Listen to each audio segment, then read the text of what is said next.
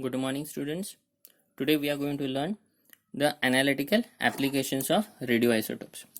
So under this, the first one is isotope dilution method. This is very important to determine the amount of blood present in a body of a patient who are suffering by anemia. So there are two sub methods: direct isotope dilution method, which is developed by Havesi and Hobby in 1930. So here the sample is non-radioactive. So in this case, the sample of X gram, which is non-radioactive, in this we are adding Y gram of isotopic form of the species of the same compound whose initial activity is Si. Then both these X and Y mixed thoroughly, and from that we will take a small amount of a mixture and its final specific activity is measured, which is SF. This SF is always less than Si. So once again I am repeating. So initially we are taking X gram of a unknown species which is non-radioactive. In this we will add Y gram of radioisotope form of the same species whose initial activity is Si.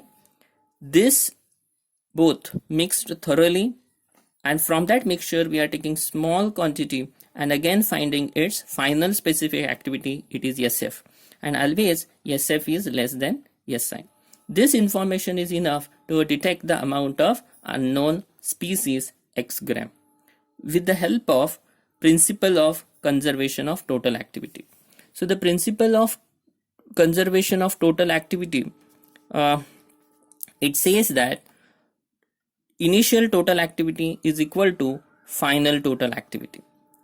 The calculation goes as follows. So initially we are taking X gram of unknown compound whose activity is 0 mixed with Y gram of labeled compound whose activity is Si.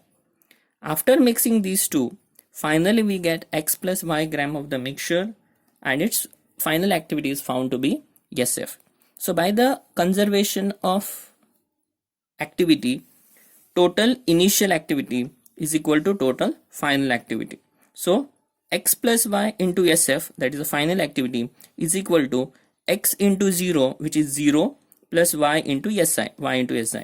Simplify this for the X, we get X is equal to Y in Si minus SF upon SF.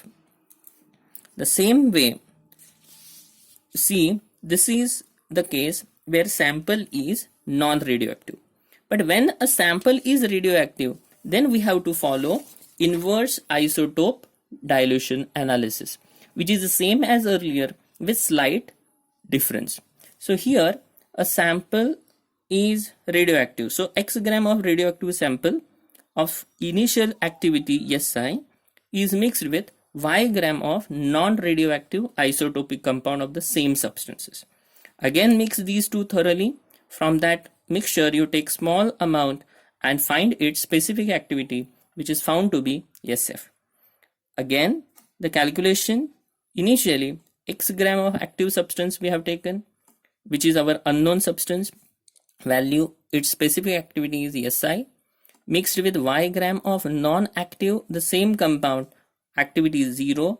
After mixing we get a final activity SF. So by the conservation of activity, X into Si is equal to X plus Y into SF. Simplify this for the X, we get this. So if you compare the final equation in earlier and this case, there is a slight difference. X is equal to Y. Here Si minus SF upon SF, and here SF upon Si minus SF. So there is just slight change with their final equations. The second method which we are going to learn is neutron activation analysis. This is important analysis and it is used for the element whose amount of sample can be determined by N gamma reaction. N gamma reaction means we are taking a sample, that sample is bombarded with neutron. By that it forms a product, that product emits a radiation which is represented by gamma. So as a result, the product is radioactive isotope. So then by calculating activity of the product, the amount of target is determined. This particular technique is commonly used for the element which has large neutron capture cross section. This analysis is non-destructive and hence it is commonly used to analyze rare and precious samples like jewels, stone, ancient coin. Also some of the elements like sodium, phosphorus, chromium, manganese, also rare earth like samarium, europium, gadolinium, etc. So here we are taking a sample. In this one we are taking a sample, and this sample is exposed to a neutron flux.